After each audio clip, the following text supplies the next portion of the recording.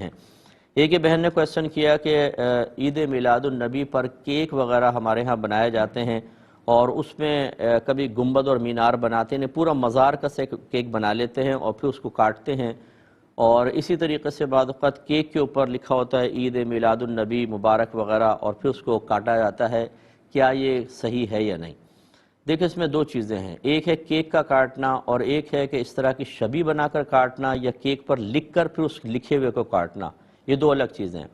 تو کیک جو ہے وہ کاٹنا تو شریعت نے کوئی منع نہیں کیا ہے، بشرطے کہ اس میں ریاکاری نہ ہو، اس میں دکھلاوا نہ ہو، اس میں انسان حد اعتدال سے نہ بڑھے، اس میں تفاخر نہ ہو، فخر کرنا نہ ہو، ورنہ پھر ان چیزوں کا کوئی فائدہ نہیں ہے، یہ الٹی قابل گرفت ہو جاتی ہیں۔ اور اگر اللہ کی رضا کی خاطر اور جیسے ہم عام کھانے وانا کھلاتے ہیں، چلیں لوگوں کو کیک کھلا دیا، کوئی حرج نہیں ہے۔ اب لکھنے کا معاملہ اور شبی کا وہ میں عرض کرتا ہوں، پہلے ایک کال لے لیتے ہیں۔ السلام علیکم۔ یہ کویسچن جو تھا ابھی میں عرض کر رہا تھا کہ دیکھیں کیک کاٹنا تو شرعاً جائز ہے، لیکن شبی بنا کر معاذاللہ مزار کو پھر شہید کرنا، گنبد کو شہید کرنا، اسی طرح میلاد النبی لکھا ہو پھر نبی کے لفظ کو چاک کرنا، یہ سخت بے ادبی ہے۔